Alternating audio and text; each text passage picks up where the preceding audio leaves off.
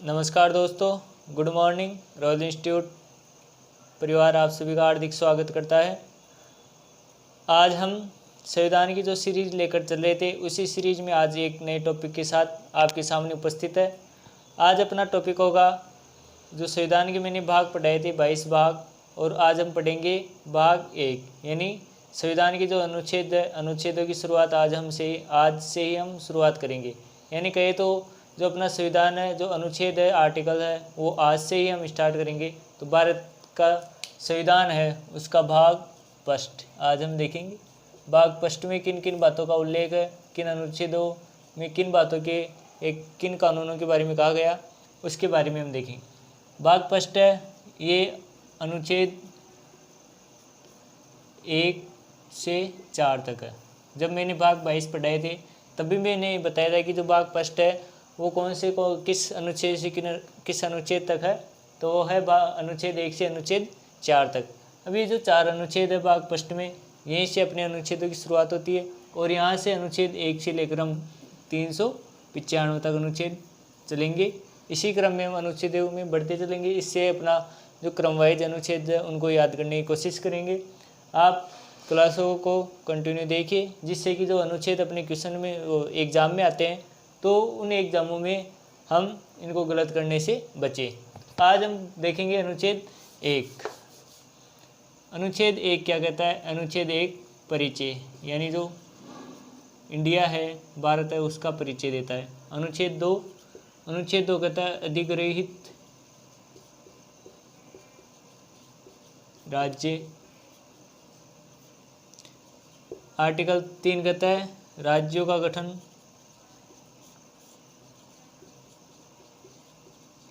या सीमाओं में परिवर्तन या नाम में परिवर्तन।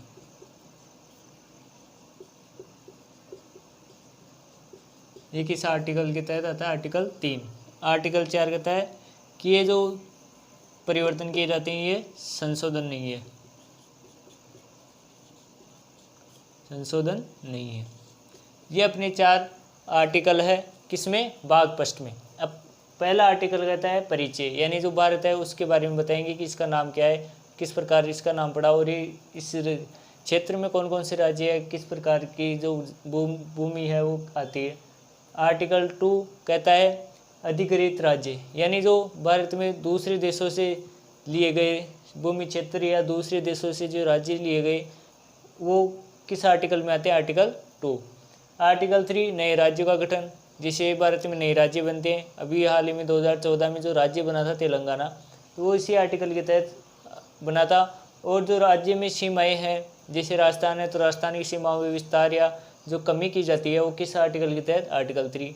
और जो राज्यों में नाम में परिवर्तन किया जाता है, जिसे अभी हाल ही में बंगाल विधानसभा द्वारा केंद्र को प्रस्ताव भेजा गया था कि हम बंगाल को बांग्ला करना चाहते हैं, तो केंद्र ने उस प्रस्ताव को इनकार कर दिया। तो अगर वो उस प्रस्ताव को स्वीकार कर लेती तो ये किस आर्टिकल के तहत आता? आर्टिकल 3। आर्टिकल 4 करता है कि जो आर्टिकल 2 और 3 के अंतर्गत जो नए राज्यों का गठन या अधिग्रहित राज्य किए जाते हैं, तो ये संविधान में संशोधन नहीं है। इनको हम संविधान में संशोधन नहीं मान सकते, ये आर्टिकल 368 के तहत नहीं आते। अब हम इनको जो आर्टिकल है इन चारों को विस्तार से देखेंगे। आर्टिकल फर्स्ट कहता है परिचय। अब परिचय में क्या आता है भारत का, वो भी हम देखते हैं। आर्टिकल फर्स्ट में 2 चीज़ें दी गई है। पहली है भारत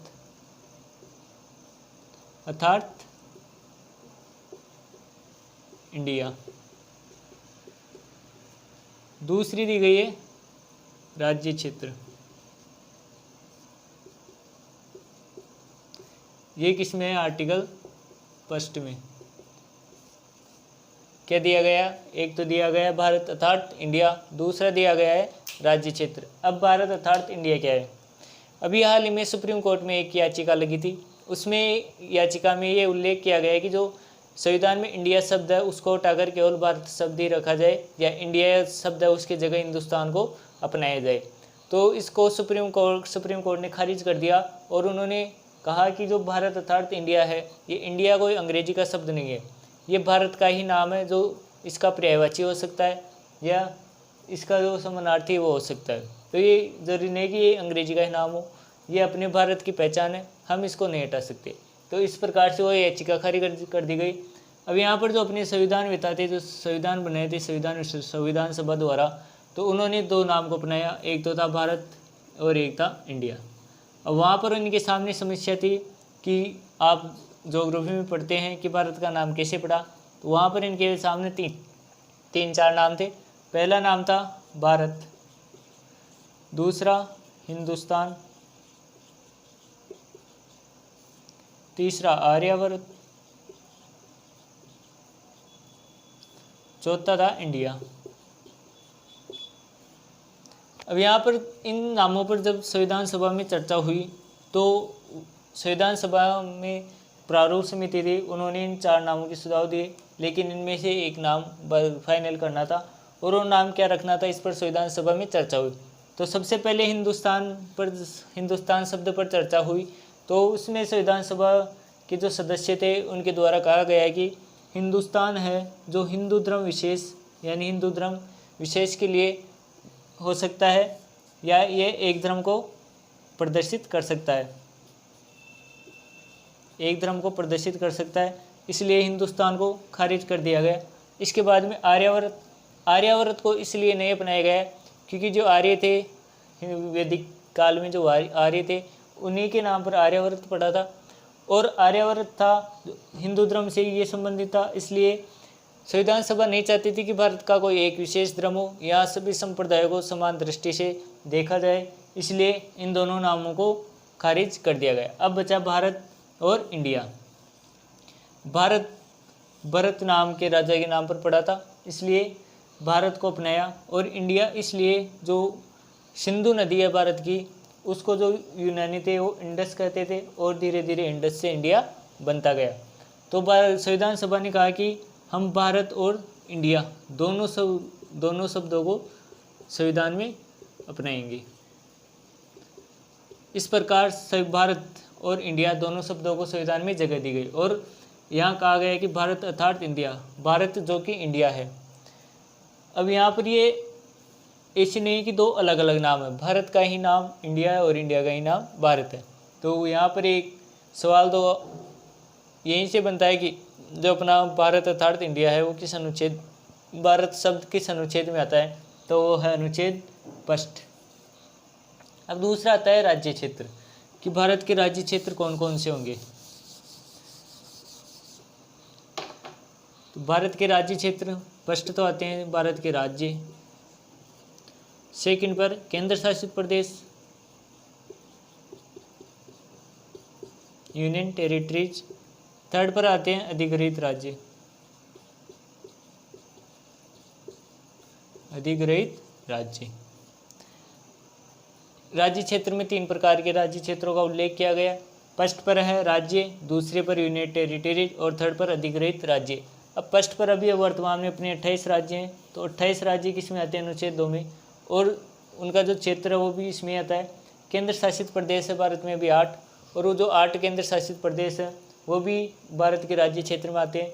तीसरा अधिग्रहित राज्य, अधिग्रहित राज्य से अभी मैंने बताया था कि जो दूसरा देश है वो दूसरे देश से राज्य या उनमें जो भूमि है उन पर भारत का अधिकार होना और उनको नए राज्य का रूप देना, ये किस में आता है, अधिग्रहित राज्य। तो वो दूसरे देशों से भी लिए गए भूमि क्षेत्र वो भी क्या है, भारत के राज्य क्षेत्र। यह है अपना अनुच्छेद 1। अनुच्छेद में 1 क्या क्या हो गया, पहला तो आ गया इसमें भारत अर्थात इंडिया, जो कि भारत ही इंडिया है, यानी भारत दैट इज इंडिया। दूसरा राज्य क्षेत्र, राज्य क्षेत्र में 3 आ गए, राज्य और केंद्र शासित प्रदेश यानी यूनियन टेरिटरीज, और थर्ड आ गया अधिग्रहित राज्य। अब आते हैं हम आर्टिकल 2 पर। आर्टिकल 2 क्या कहता है, आर्टिकल 2 कहता है आर्टिकल 2 कहता है कि जो भारत द्वारा अधिग्रहित राज्य हैं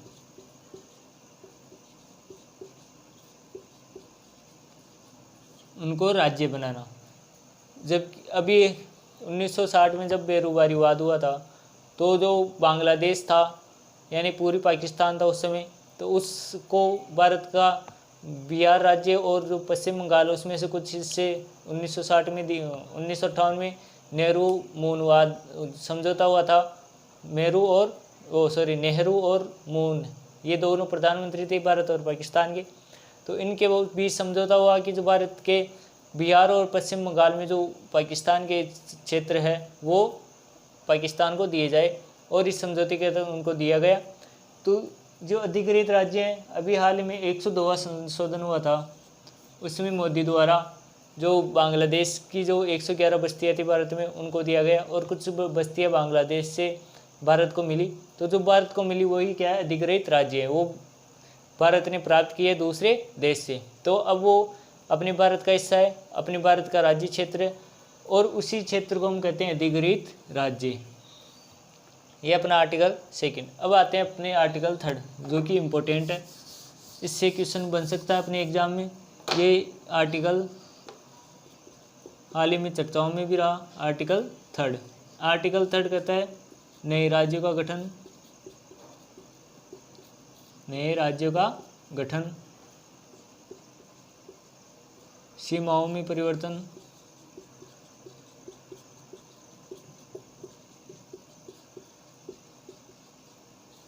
नाम में परिवर्तन,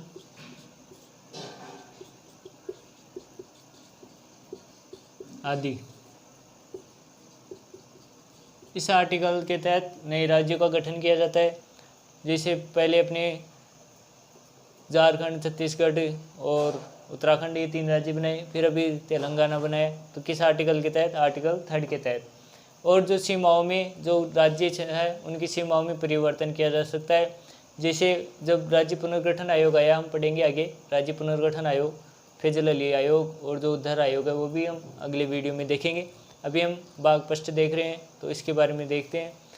तो जो राज्य पुनर्गठन आयोग था उसने कई राज्यों की सीमाओं में परिवर्तन भी किया था। तो किस आर्टिकल के तहत? आर्टिकल 3। और जो राज्य के नाम में परिवर्तन किया जाता है तो वो परिवर्तन भी किस में आता है? आर्टिकल 3 में। अब जो नए राज्य का गठन है इसकी प्रक्रिया क्या है वो भी हम देखते हैं। इसकी प्रक्रिया से क्वेश्चन बन सकता है। सबसे पहले नए राज्य का गठन होगा तो उसमें एक ड्राफ्ट तैयार होगा और राष्ट्रपति उस प्रारूप को राज्य को भेजेगा, संबंधित राज्य। जैसे अभी 2014 में तेलंगाना बना तो सबसे पहले राष्ट्रपति ने जो प्रारूप बना उसको आंध्र प्रदेश की विधानसभा में भेजा, और वहाँ की विधानसभा ने उसको राज्य विधानसभा पर उस पर चर्चा होगी। राज्य सरकार विधानसभा में रखेगी और राज्य जो विधानसभा है उसमें उस पर चर्चा होगी। अब हो सकता है कि वहाँ की विधानसभा उसको पारित करे कि वो केंद्र के फैसले से संतुष्ट हो या नहीं हो। जो आंध्र प्रदेश सरकार थी उस समय 2014 में, उन्होंने बहुमत से पारित किया कि हम अपने राज्य का बंटवारा नहीं करेंगे। तो यहाँ पर उन्होंने कहा कि बंटवारा नहीं, यानी जो आंध्र प्रदेश है उससे अलग राज्य हम बनाने को तैयार नहीं है। अब यहाँ से ये प्रस्ताव पारित होकर यहाँ पर आता है केंद्र सरकार को। केंद्र सरकार इसको किसी भी सदन में, जरूरी नहीं इसको लोकसभा या राज्यसभा में रखा जाए, किसी भी सदन में इसको रखा जा सकता है। किसी भी सदन में इसको रखा जाता है।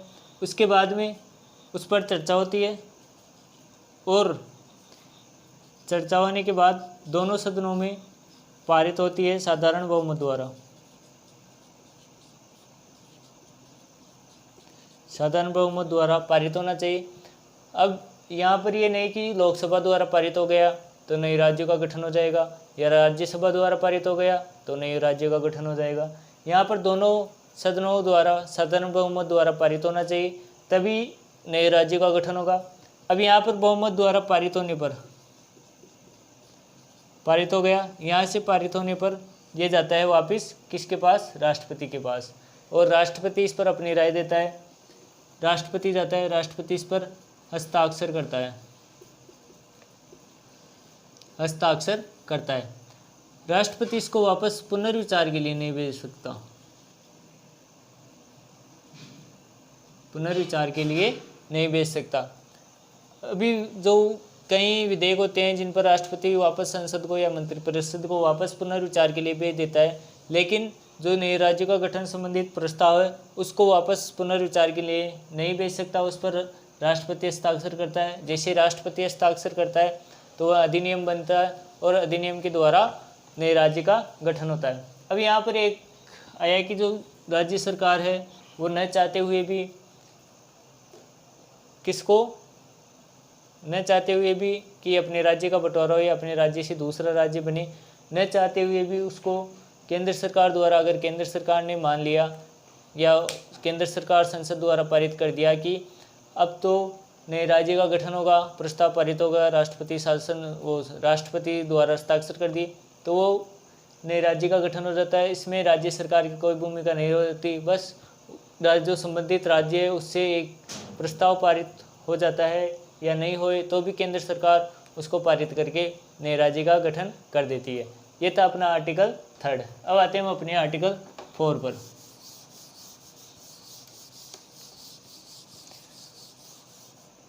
आर्टिकल 4 क्या कहता है? आर्टिकल 4 कहता है कि जो संशोधन है वो जो ये नए राज्यों का गठन किया जाता है ये संशोधन नहीं है, संविधान में संशोधन नहीं है। ये 300 आर्टिकल 368 368 में नहीं आते। 368 में मैंने बताया था कि 2 प्रकार के ही संशोधन किए जाते हैं, एक तो विशेष बहुमत द्वारा और एक विशेष बहुमत प्लस आधे राज्य। तो 368 में 2 प्रकार के हैं, विशेष बहुमत, दूसरा विशेष बहुमत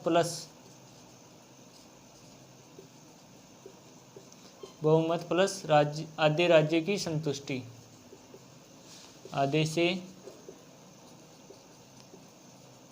अधिक राज्यों की संतुष्टि होना जरूरी है, तभी प्रस्ताव पारित होता है। जैसे जीएसटी हुआ था अभी। तो यहाँ पर जो ये संशोधन, ये जो साधारण बहुमत द्वारा बनाए जाते हैं, जो साधारण बहुमत द्वारा विधेयक आते हैं वो 300 आर्टिकल 368 में नहीं आते। ये किस में आते हैं? आर्टिकल 4 में। आर्टिकल 4 कहता है कि जो आर्टिकल 2 और 3 के द्वारा जो कानून या अधिनियम या द्वारा जो नए राज्य बनाए जाते हैं वो आर्टिकल 368 में नहीं आते। अब यहाँ पर एक छोटी सी इन्फॉर्मेशन रह गई आपके लिए जो आर्टिकल 1 से थी। आर्टिकल 1 में मैंने पढ़ाया था भारत अर्थात राज्य, भारत अर्थात इंडिया। दूसरा था राज्य क्षेत्र, इसको ये कहते हैं राज्यों का संघ, राज्यों का संघ। अब यहाँ संघ से तात्पर्य क्या है? एक तो है यूनियन, एक है फेडरल। 2 शब्द है। अपने संविधान में यूनियन शब्द लिया गया, जबकि जो अमेरिका का संविधान है वहाँ पर फेडरल शब्द लिया गया। अब यूनियन शब्द क्या होता है और फेडरल शब्द में क्या अंतर है वो भी हम देखते हैं। ये मान लो केंद्र है, क्या है? ये केंद्र सरकार है, और ये राज्य है, ये क्या है? राज्य है। अब राज्य के पास ज़्यादा शक्तियाँ है। हम पहले कर दें फेडरल की बात।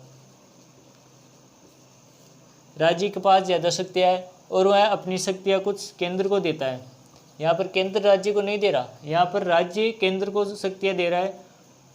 जो शक्तियाँ केंद्र को दी जाती है उसी के अनुसार केंद्र काम करता है। तो राज्य जो शक्तियाँ केंद्र को देता है वो किस में आता है? फेडरल में। जबकि यूनियन में इसका उल्टा हो जाता है, ये राज्य है, सॉरी यहाँ पर केंद्र है और ये राज्य है। अब यहाँ पर राज्य केंद्र को शक्तियाँ देगा,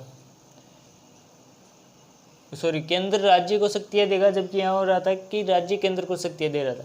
अपने भारत में केंद्र देता है राज्य को शक्तियाँ, कि जो संघ सूची हमने पढ़ी थी, संघ सूची, समवर्ती सूची और राज्य सूची, अनुसूची 7 में इन तीनों का उल्लेख है। तो वहाँ पर केंद्र शक्तिशाली अधिक है और केंद्र सरकार ही शक्तियों का बंटवारा करती है। जो विषय हैं वो केंद्र सरकार है वो राज्य सरकार को देती है। तो अपने यूनियन शब्द का प्रयोग यहाँ पर किया गया, यहाँ पर फेडरल शब्द का नहीं किया गया। जबकि अपने अमेरिका है वहाँ पर फेडरल शब्द का प्रयोग किया गया है। यानी वहाँ पर जो राज्य हैं, जो अपने अमेरिका के 50 राज्य हैं, 50 राज्य हैं, वो अमेरिका की संसद या अमेरिका का जो केंद्र है उसको शक्तियाँ देता है। जबकि अपने भारत में जो केंद्र है वो भारत का केंद्र की जो सरकार है वो राज्य को शक्तियाँ देती है। इस प्रकार अपने आज अनुच्छेद 4 हो गए। कल हम राज्य का जो पुनर्गठन आयोग और जो एकीकरण हुआ है भारत का, उनके बारे में देखेंगे। आज अपना अनुच्छेद यानी भाग 1 आधा हो गया। कल हम इसको पूरा करने की कोशिश करेंगे। हो गया तो ठीक है, नहीं तो कोई ज़रूरी नहीं, हम आराम से पढ़ेंगे, बस आपके समझ में आना चाहिए। नहीं आ रहा हो तो हमें कमेंट बॉक्स में लिखिए, हम उसमें सुधार ज़रूर करेंगे। आज अपना चैप्टर हो गया। कल हम राज्य के पुनर्गठन आयोग, फिर जलीली आयोग, धर आयोग और जो NVP आयोग और भारत का जो एकीकरण हुआ हैदराबाद, भोपाल, जम्मू कश्मीर, उनके बारे में भी हम कल देखेंगे। आज के लिए इतना ही। शुक्रिया, धन्यवाद, जय हिंद।